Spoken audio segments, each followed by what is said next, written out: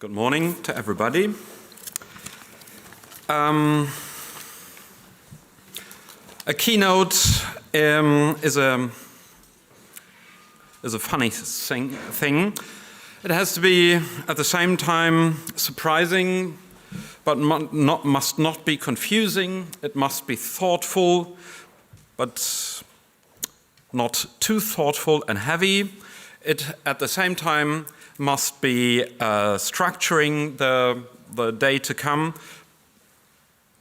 So it has the task to structure and perhaps as well the task to disrupt.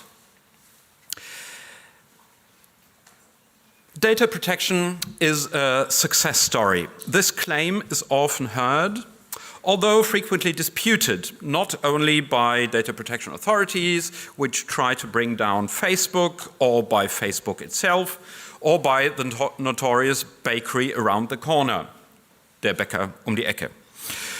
I think that data protection must indeed be a success story because it is a multi-purpose tool, a kind of Leatherman for the information society. The scope of application of data protection and data protection law is so broad that without hesitation it is applied even to big data, so statistical data applications, and thus originally the exact opposite of personal data, which data protection law originally has been designed for. So it is not surprising that data protection and data protection law is expected to address all kinds of problems of the information age, including artificial intelligence.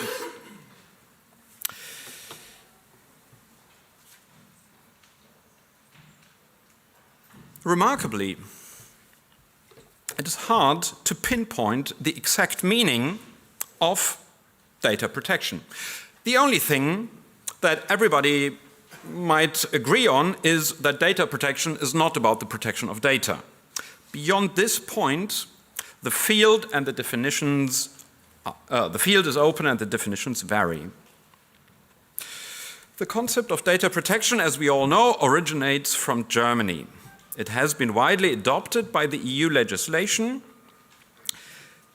but when we Germans say Datenschutz, data protection, we usually mean informational self-determination, informationelle Selbstbestimmung. But this original idea from the 1970s is, as far as I can tell, has had next to no influence on the EU legislation. So the German idea, informationelle Selbstbestimmung, has kind of given birth to data protection on the European level, but on the European level, the underlying concept of informationelle Selbstbestimmung has not been adopted. Funny thing. The situation with the term privacy is even more confusing, and this is because privacy has many meanings and facets. You will notice this if you try to translate privacy into German language. You can choose from Privatheit, Privatsphäre, Privatleben, Vertraulichkeit. So a wide, it has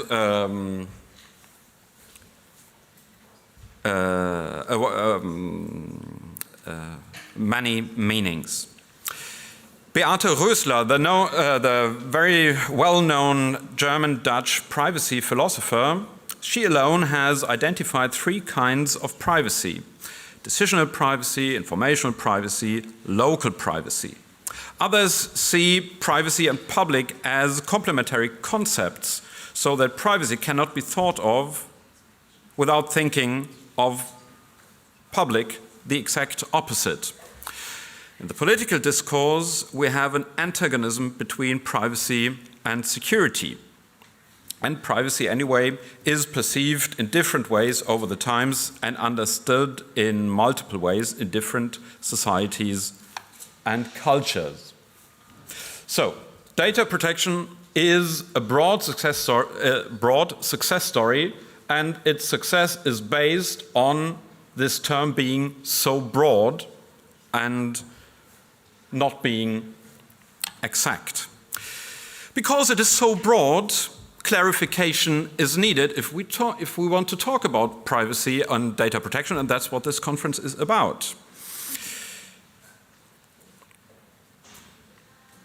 The clarification of the term privacy and data protection and how these terms and definitions are related to each other is vital for professional communication.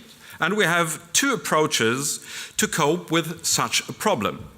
We can either try to find a universal approach, a universal definition of data protection, or we can try to deconstruct the concept.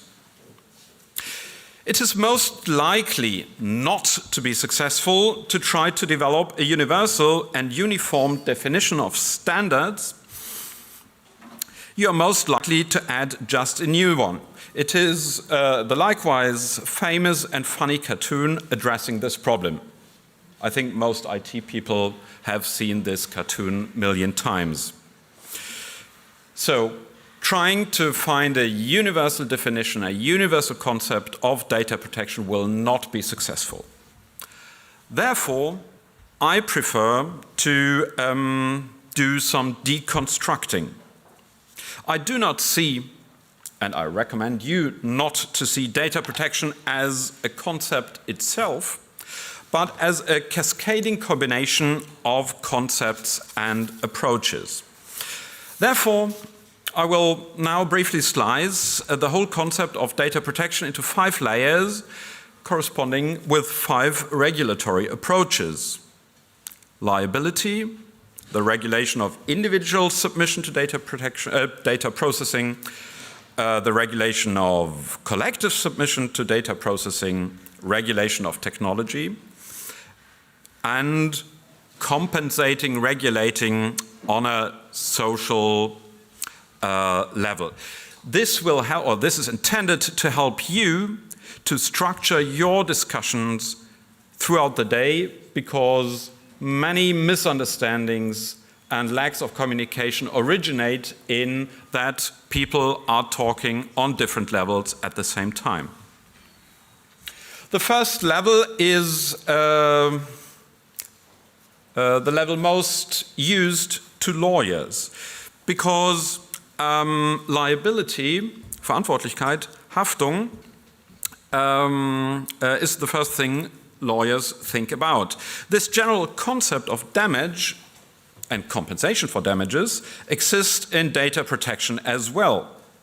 But so does the general prerequisite for damages, also die Voraussetzung für Schadenersatz, and this prerequisite is of course damage. Schaden. Kein Schadenersatz ohne Schaden. The problem is that in data protection and data protection law, damages are very rare in real life. I can tell you because I've commented on the respective provisions and I've written a textbook chapter about this. There are next to no cases about damages in data protection. So this basic and fundamental legal concept does not work. The explanation for this, why this is a white spot, a regulatory white spot liability, is that it is the task of data protection law not to address damage, not to address a happened damage, but they address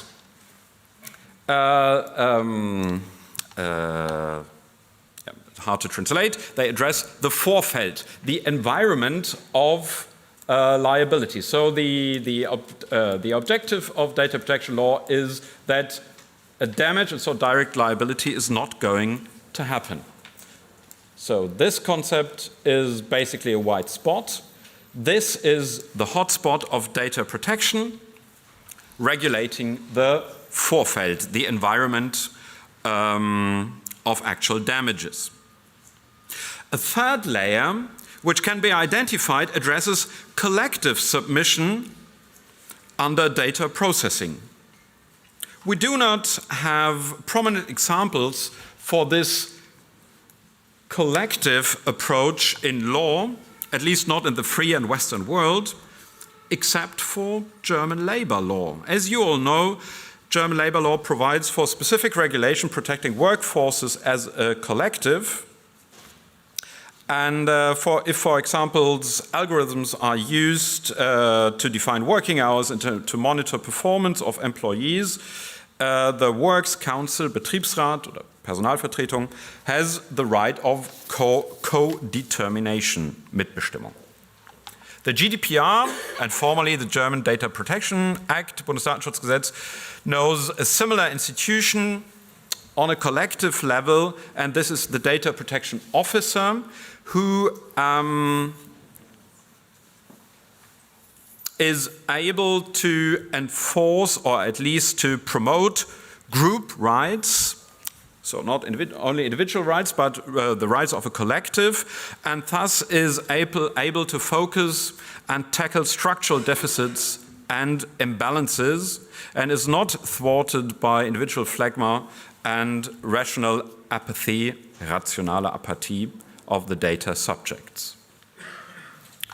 A fourth level is, of course, technical measures and technical regulations. Problem with technical regulations is that technology is changing in a very fast way, and law is not, so law is always behind. The approach of the GDPR to be technologically neutral leads to an anematic and bloodless structure. Fifth layer, regulation on a social level. This level is usually discussed on a political level.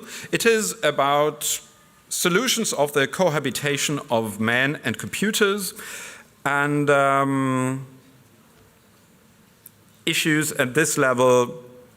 It is about education, it is about raising awareness, it is about introducing new legal concepts like data property, Dateneigentum, which may help to adopt society and people to new social and technological circumstances.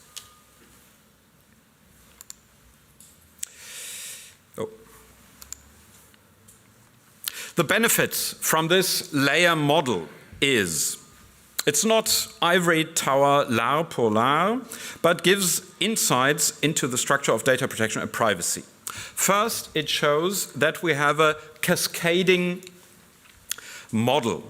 Because of the sensitivity, we avoid regulation only addressing liability. I think in the US the approach is different, but in Europe we don't address liability. We have these four other layers to prevent situations that damages and liability even occur.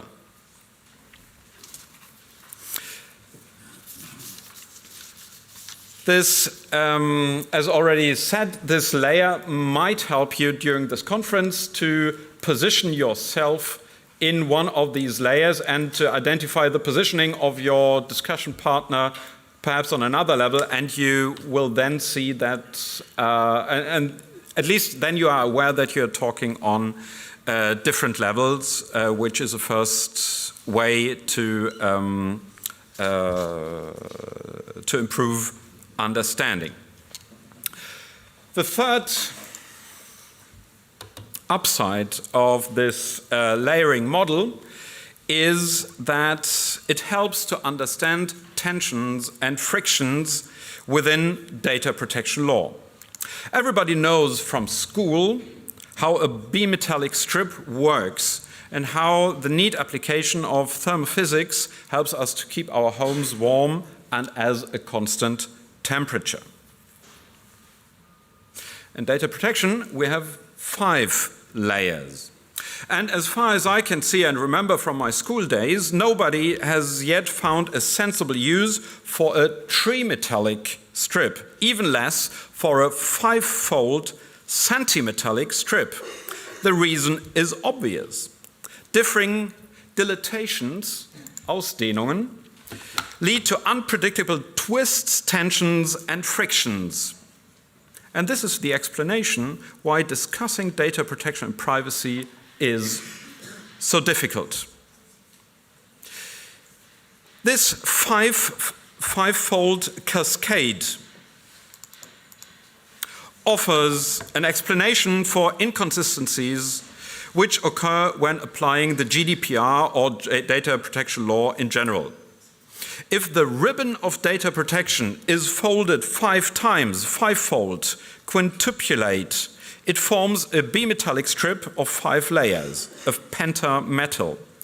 It does not only bend in different temperatures of privacy issues, but shows odd movements, which result in theoretical frictions and practical legal toothache. I wish this conference and all you participants, of course, no toothache at all, but lots and lots of input you can chew on. Tuck in.